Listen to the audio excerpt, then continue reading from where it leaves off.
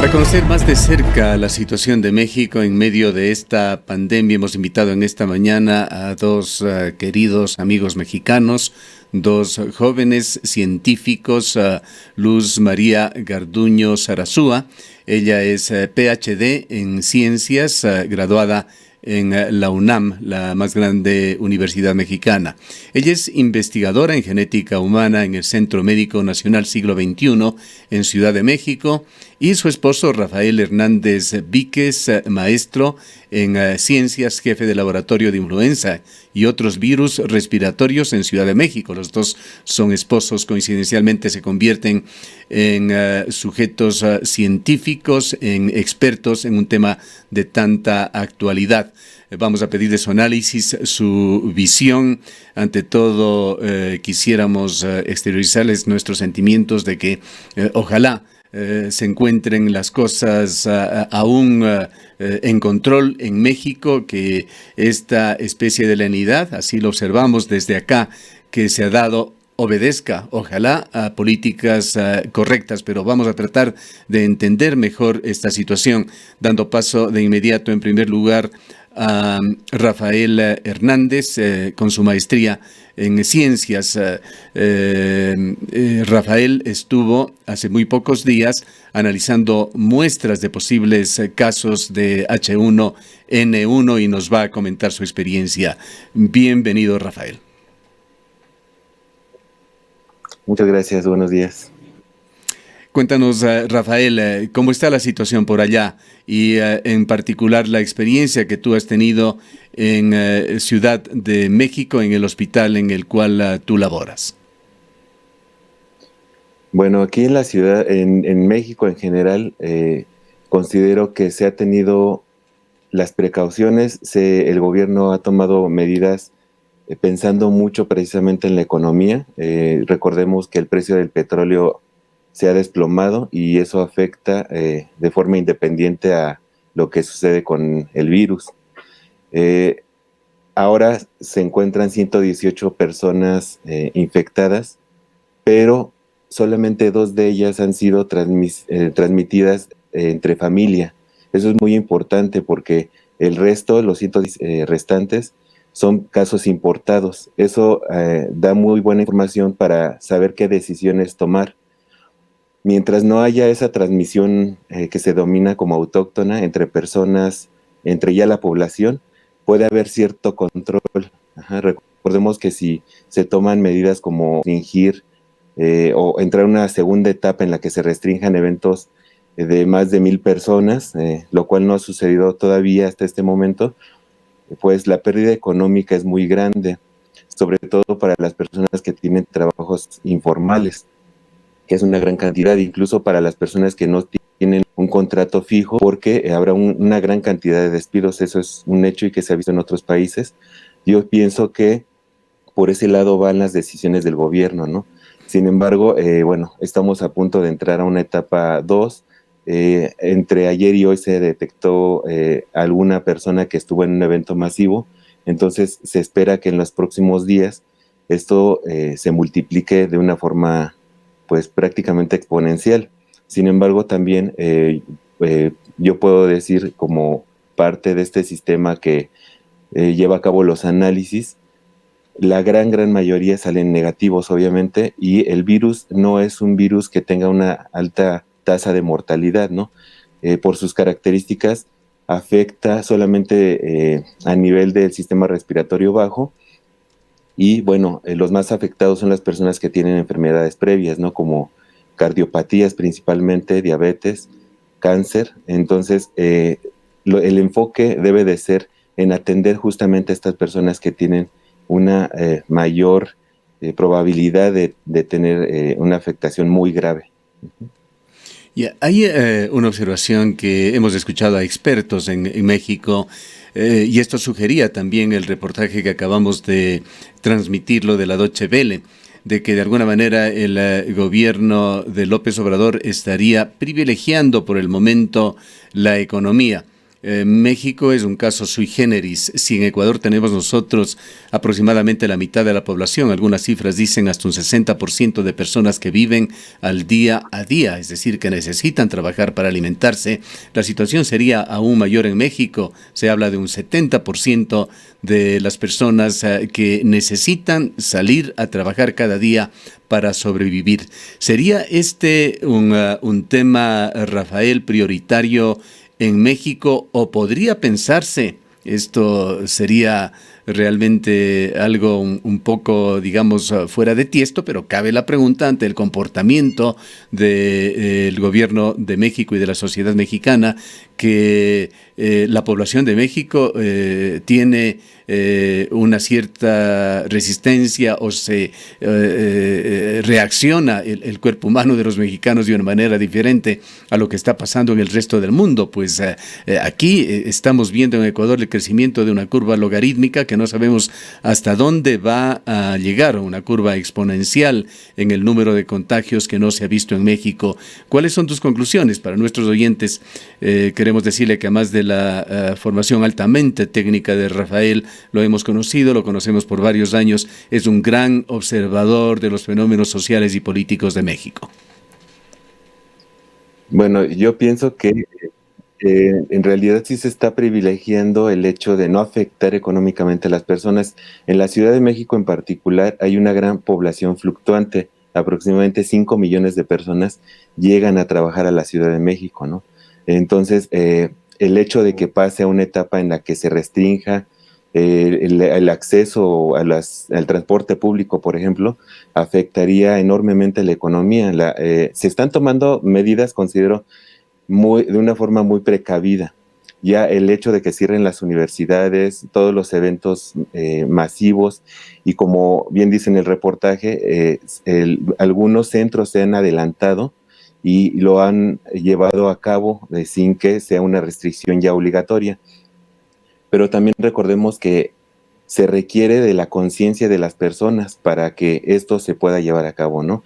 El hecho de que se restrinja, pues es algo que en algún momento se va a dar de forma obligatoria. Sin embargo, se requiere de la higiene extrema de las personas, del distanciamiento social, para que se reduzca en gran medida las infecciones. También hay que tomar en cuenta que las infecciones se van a dar, es un virus muy infeccioso, ¿no? Tomando en cuenta también que la tasa de mortalidad es baja, pero lo que importa aquí es que las infecciones no se lleven a cabo masivamente, porque el sistema de salud no daría para atender a todos, ¿no? Pero también tomando en cuenta que en algún momento una gran cantidad de la población, yo diría la mayoría, sufrirán o sufriremos esta infección, que no es grave para un cuerpo sano. Vamos con Luz María. Luz María Garduño Sarasúa, ella es PhD en Ciencias de la Universidad UNAM, la más grande de México. Es una investigadora en genética humana en el Centro Médico Nacional Siglo XXI. Luz María, bienvenida. ¿Qué nos puedes contar sobre este enemigo de la humanidad, del COVID-19? Buenos días a todos. Bueno, este tipo de virus es un virus sabemos que la información genética se puede presentar de dos formas, en DNA o RNA. En este caso, el virus al que nos estamos enfrentando ahorita es un virus de RNA. Este virus ataca principalmente el sistema respiratorio, en este caso el coronavirus ataca el sistema respiratorio inferior, o sea, hacia los alvéolos. Es muy importante considerar esta parte porque la principal afectación que tienen estos pacientes es un tipo de gripe un poco más grave porque presentan tos y fiebre, sobre todo en el 90% de los casos, y una de las claves más importantes o de la manera por la que llegan a urgencias estos pacientes es por dificultad para respirar. Entonces, lo que se ha propuesto y lo que se propone tanto a nivel nacional como internacional es que cuando un paciente o cuando una persona tiene esta infección o se sospecha que tiene esta infección, si presenta fiebre, si presenta tos, se mantenga en casa y que tenga un periodo de como de cuarentena, bueno, no es cuarentena, un periodo de descanso en casa de alrededor de 2 semanas para ver cómo va evolucionando la enfermedad, y si ya se agrava esta situación, entonces es cuando tiene que ir a un hospital, al área de urgencias, para que se haga el diagnóstico. ¿En qué Esto es muy medida, importante en porque qué medida, también Luz María, la comunidad científica mexicana, muy importante, muy reconocida por su grado de profesionalidad, coincide con lo que ha venido predicando la Organización Mundial de la Salud, cuyas insinuaciones o normativas no han sido plenamente observadas por México? Bueno, lo que seguimos nosotros en la comunidad científica, hay dos vías. Primero, la parte de diagnóstico, que es la que se abre a la población para ver datos epidemiológicos, la evolución de la enfermedad, y el área de investigación. En la parte de diagnóstico se hacen los estudios moleculares para certificar que el paciente sí es portador del coronavirus y descartar otras alteraciones, por ejemplo, influenza, porque se llegan a compaginar mucho, sobre todo por la fiebre. Y también aquí en el país tenemos datos muy altos de influenza. Entonces es muy importante separar esas dos vías para orientar hacia el tratamiento al paciente. La segunda parte de investigación es ver, al final nosotros estamos hablando de un virus, el virus muta constantemente, es decir, que el virus que está en Latinoamérica es muy diferente, bueno, diferente en comparación con el virus que está en Europa, con el virus que está en la población asiática. Perdóname la interrupción Entonces, en nuevamente, la Luz parte de María. investigación, ¿Quiere decir que el virus que se encuentra en Latinoamérica, según el convencimiento científico de la comunidad científica mexicana, no es ya el mismo virus que se originó en Wuhan? así es, cambia constantemente, sin embargo, las características básicas que lo identifican como coronavirus y las mismas herramientas de diagnóstico es la misma. Hay secuencias que no cambian dentro del virus, pero está en constante mutación. Entonces eso también habla de la evolución, y es muy importante saber esa tasa de evolución de este virus para orientarnos hacia el tratamiento o hacia la vacuna, que es lo que se espera tener pronto. ¿Y están ustedes, hablo como comunidad científica mexicana, haciendo un seguimiento de la evolución de este virus? ¿Con qué facilidades cuenta México para esto? Tenemos dos, podríamos hablar de investigaciones, dividiéndolos por Secretaría de Salud y por los institutos de salud. Por ejemplo, el IMSS tiene su propio centro de instrumentos, un laboratorio de biología muy equipado donde hacen estos estudios de secuenciación, es decir, que se secuencia todo el viroma, se secuencia todo el RNA, y se comparan las secuencias ya publicadas. Y también la Secretaría de Salud tiene sus propios hospitales o sus propios centros donde también hacen estas investigaciones, donde se secuencia y se compara. Entonces nosotros podemos comparar todas las secuencias que se han publicado de todos los virus, desde comparado en la primera publicación de China, que fue de diciembre, hasta esas fechas, para ver la tasa de mutación. Es decir, cuántos nucleótidos, cuántos de estos elementos están cambiando, para saber más o menos con la evolución de la transmisión, el tiempo, para saber cuánto está cambiando este virus. ¿Cómo miras tú, Luz María, las posibilidades de que no nos atreveríamos a poner un lapso de tiempo, digámoslo simplemente pronto, de que pronto se pueda lograr una vacuna ya fabricada masivamente para poner a disposición de todo el mundo? Y explícanos un poquito la secuencia que se está siguiendo, pues algunos países han anunciado ya, entre ellos Estados Unidos y la China, que han pasado ya a la etapa de aprobar pruebas en seres humanos. En este caso de emergencia internacional, a veces es muy importante hacer las pruebas y hacerlas lo más rápido que se pueda en humanos. Cada institución, cada nación tiene su manera diferente de dirigirse a este tipo de de prevención hacia las vacunas. Puede ser que a finales del siguiente año tal vez ya tengamos una vacuna que se aplique a nivel internacional, pero la investigación debe de seguirse haciendo. Es como la influenza, que tienen que haber refuerzos y que se tiene que vacunar cada año porque el virus va cambiando. Entonces, la vacuna que se dio hace 2 años no es la misma que se va a tener que aplicar este año, por ejemplo. Por otra parte, lo ideal es tener una vacuna que a todos nos proteja antes de tener la enfermedad, pero también existen otros tratamientos que ya será, por ejemplo, como es un virus de RNA, deben de existir retrovirales, por ejemplo, en el caso del SIDA, que no hay una vacuna, pero sí hay un tratamiento, ¿no?, para aminorar. Entonces, tal vez salga un medicamento antes que la vacuna que ayude a estos pacientes o a una población de alto riesgo que no presente los problemas respiratorios, por ejemplo, que mantenga la infección, que se controle y que no lleguen a tener estas complicaciones posteriores. Esto podría darse en un plazo más corto. Así es. Bien, evidentemente ustedes, Luz María y Rafael, nos están atendiendo desde su domicilio en Ciudad de México y muchas gracias, pues allá entendemos todavía siguen actividades y se han reservado este tiempo para compartirlo con nosotros y con nuestros oyentes. Usualmente ustedes, asumimos, en sus laboratorios trabajarán con toda la indumentaria de seguridad, pues están trabajando permanentemente, cotidianamente con virus. Cuéntenos el tipo de protección que ustedes utilizan en un laboratorio y trasladen estas medidas de seguridad a lo que hoy tenemos que hacer en nuestras casas y particularmente para las personas que aquí en Ecuador tienen que salir a una farmacia, a un supermercado. ¿Qué medidas de seguridad debemos tomar para evitar ser contagiados?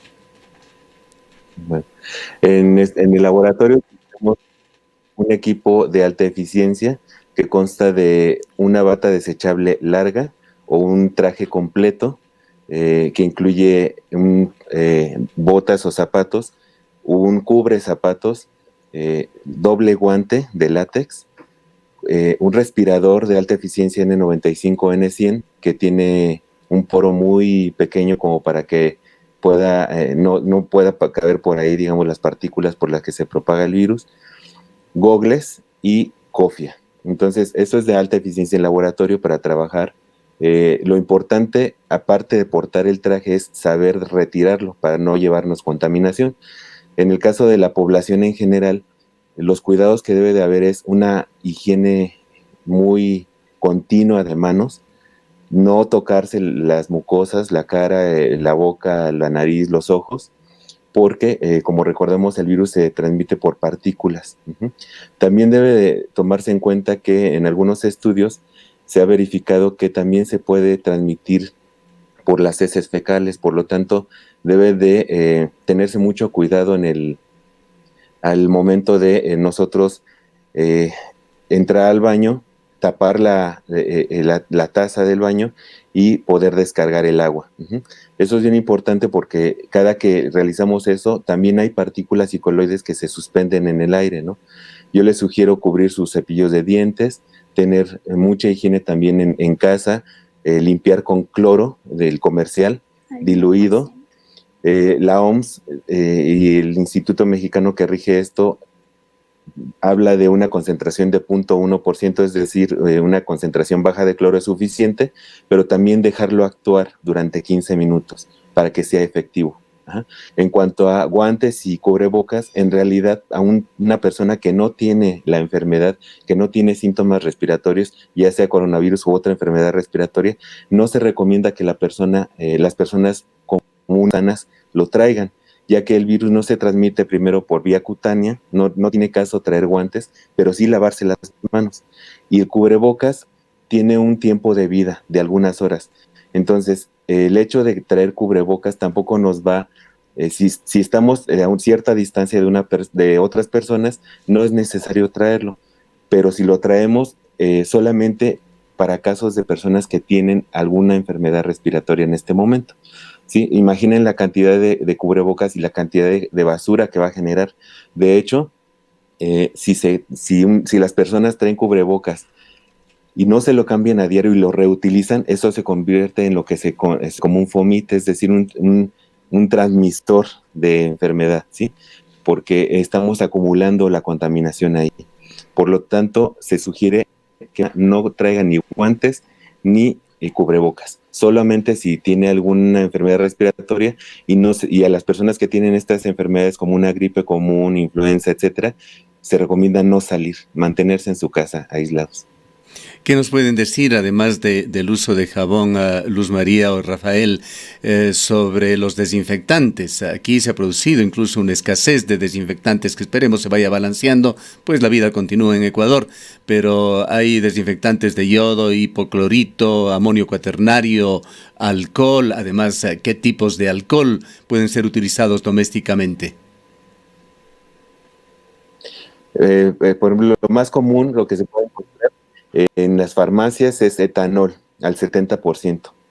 Eso es también un desinfectante muy efectivo, al igual que el cloro. Son los que más se recomiendan por ser baratos, por ser accesibles. Eh, de ahí en fuera no podría recomendarles otro. Estos son los más efectivos y los más accesibles, ¿no? Entonces, solamente para las personas que tienen que salir de casa también se les recomienda traer un bote de alcohol gel y si en caso de no poder lavarse las manos de forma constante, sí aplicarse ese alcohol gel que pueden llevar en la bolsa. Ya acercándonos al final de este diálogo, Luz María, coméntanos algo sobre lo que ustedes han dicho y han coincidido, la baja mortalidad que produce el COVID-19 o que registra hasta el momento el COVID-19. Bueno, en realidad este virus, como hemos mencionado, afecta al sistema respiratorio bajo a nivel de alvéolos. El receptor celular del virus es el receptor de una proteína que regula la presión sanguínea, digamos. Entonces, esos receptores por los que el virus entra a la célula solamente se encuentran en los alvéolos, en el tejido cardíaco. Por eso afecta más a las personas que tienen cardiopatías, diabetes, obesidad, cáncer. ¿Sí? Una persona sana se recuperará sola con su sistema inmune en aproximadamente 12 días, en unas 2 semanas. Como no hay, es verdad que no hay tratamiento ni vacuna, pero una persona sana, y la gran mayoría de las personas se encuentran en un estado adecuado para enfrentarlo, se recuperarán de forma natural. Sin embargo, bueno, es importante tener la vacuna, porque como mencionó la doctora Luz, el virus cambia. Entonces, los virus, nosotros los virus los vamos persiguiendo. Cuando nosotros desarrollamos una vacuna, el virus ya está cambiando, por lo que la investigación es continua, el seguimiento es constante. Las vacunas cambian cada año, por eso es importante vacunarse cada año, porque las vacunas son distintas. Entonces, la baja mortalidad se debe a que precisamente la afectación no es tan grave y se afecta solamente, los más afectados son las personas que tienen estos padecimientos previos, pero depende mucho también de la población, de las características de la población. En el caso de España, estamos hablando de ya hasta un 20% de mortalidad, ¿no? De estados graves, perdón, de estados graves, cuando en el resto del mundo es del 10%, ¿no? Y la mortalidad del menos del 4%. ¿A qué se debería? Perdón, esta alta mortalidad en España, y me parece también que en Italia se está dando esto, ¿a qué se debería? Sí. Tenemos que analizar todos los factores. Muy probablemente sea la gran cantidad de población de mayor edad, ¿sí?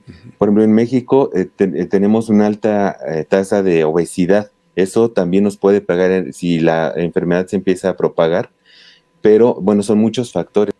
El clima no tiene mucho que ver. Recordemos que en Australia, con altas temperaturas, también fue uno de los primeros afectados, ¿no? Entonces, aquí lo importante es las características de la población y las enfermedades que prevalecen en esta misma población. Bien, muchísimas gracias. Quizá, Luz María, más que apelando a tu calidad de científica y de muy alto nivel, cuéntanos como mujer cómo se están viviendo estos días allá en México. Nosotros, ya en el plano personal, así como muchos ecuatorianos, tenemos parientes que viven en México, muy queridos amigos también por allá. Hay incluso varias decenas de ecuatorianos que no pudieron regresar por las restricciones y se han quedado en México. ¿Cómo están viviendo el día a día? Sabemos nosotros de ese espíritu muy noble y solidario que existe en México, una población a la cual tenemos una enorme estima por su comportamiento en general, pero cuéntanos desde tu punto de vista cómo están las cosas en el día a día y con esto concluiríamos. Bueno, pues lo que hemos visto en estas etapas de emergencia es que la población ha respondido muy bien.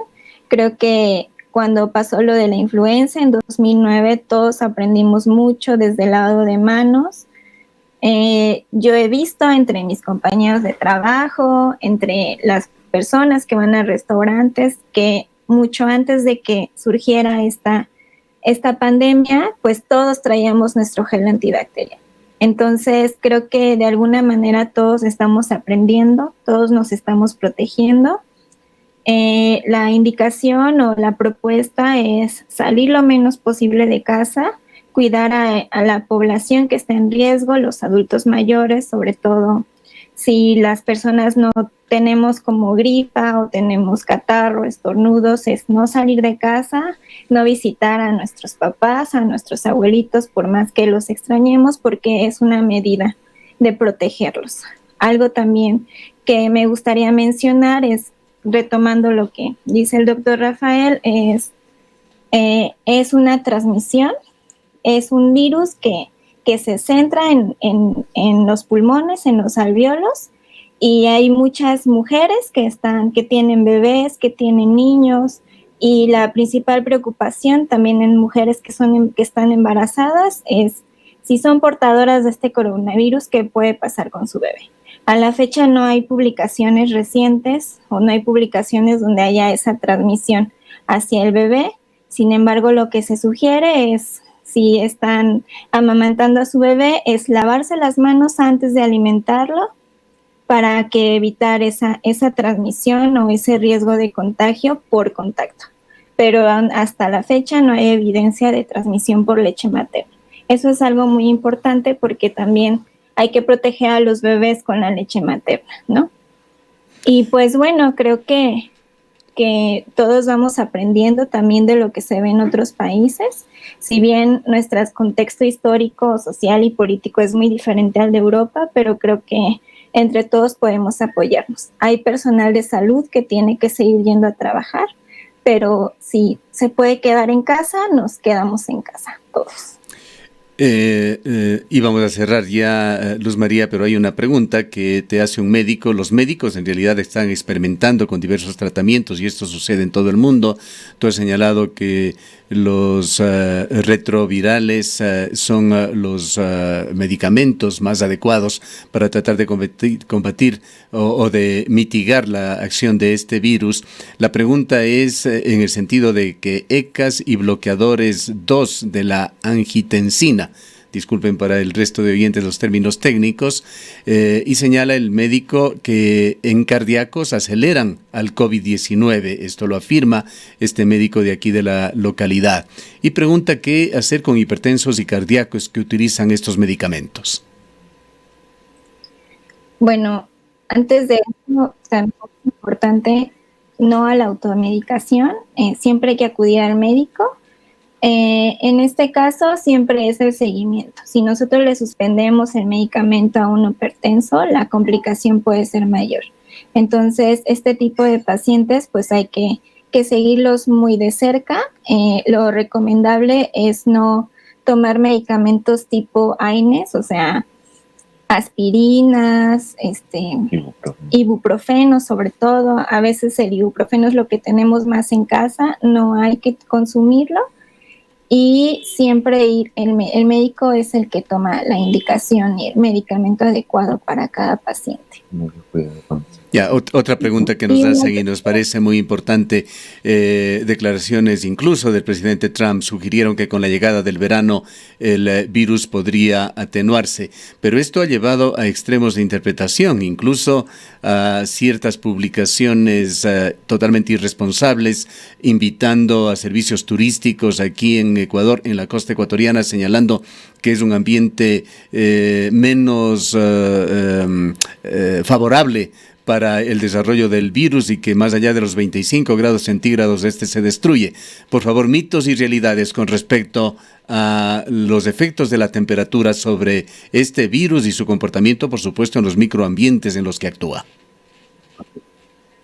Bueno, recordemos que ahorita estamos en una etapa alta de enfermedades respiratorias, la cual terminaría en mayo aproximadamente. Entonces, aunado al coronavirus, sí tenemos otras enfermedades que están presentes, que se están dando casos, como justamente la influenza. Entonces, sí hay ciertas etapas en las que se favorece la propagación de los virus. En el verano es menos, sin embargo, este virus es muy infeccioso. Todo lo que escuchemos que estos remedios caseros de tomar líquidos calientes no son verdad. O sea, no se puede atenuar el virus tomando líquidos calientes. No sabemos cómo se va a comportar en las siguientes etapas, lo que sí reducirán otras enfermedades respiratorias en el verano, pero este virus todavía no tenemos conocimiento de cómo se va a comportar, por lo tanto se deben de tener los mismos cuidados. Y bueno, ahora vemos que en China ha bajado, ha habido reinfecciones, pero mientras no sepamos y no conozcamos el comportamiento del virus, las recomendaciones seguirán siendo las mismas durante todo el año hasta que las autoridades sanitarias nos indiquen y nos muestren que ha cambiado.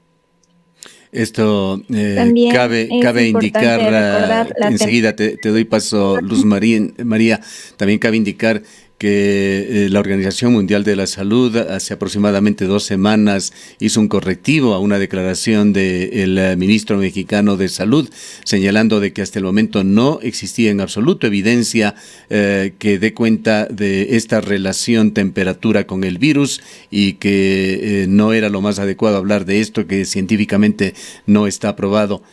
No está probado, como lo ha dicho Rafael. Luz María, ahora sí tu salida final.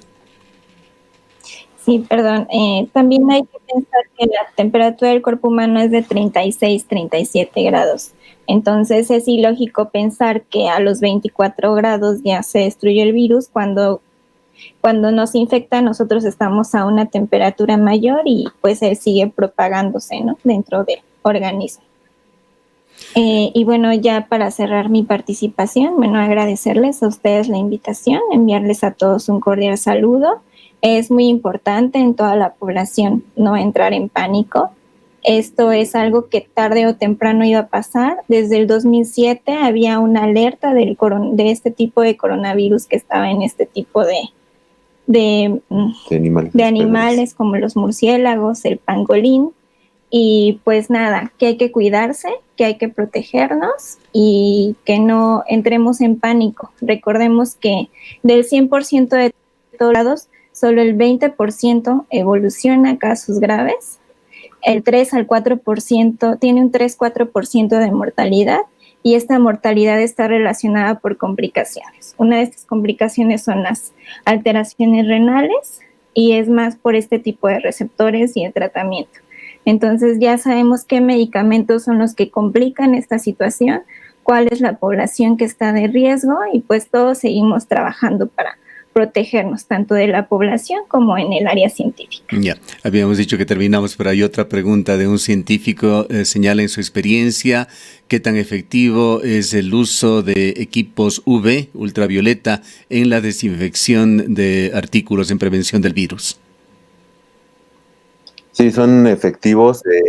El ultravioleta lo que causa son mutaciones al material genético.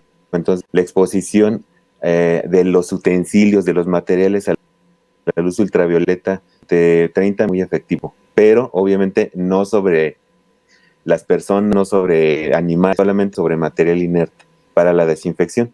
¿Con qué tiempos de exposición? Adicionalmente, pues limpiarlos con etanol 70% y con cloruro de sodio 0.1% por lo menos. los tiempos de exposición a UV como para pensar en una desinfección? 30 minutos es efectivo. Bien, muchísimas gracias a Luz María Garduño Sarasúa y a Rafael Hernández Víquez, dos científicos mexicanos que nos han atendido en esta mañana con inquietudes sobre el comportamiento de los políticos mexicanos, el gobierno de López Obrador con respecto al manejo de esta crisis mundial allá en México, así como una serie de preguntas muy concretas por su valiosísima experiencia específica que tienen en las áreas. Luz María Garduño Sarasúa es investigadora en genética humana, trabaja en uno de los centros más importantes de México, el Centro Médico Nacional Siglo XXI en Ciudad de México, y Rafael, con su maestría en ciencias, es jefe de laboratorios de influenza y otros virus respiratorios.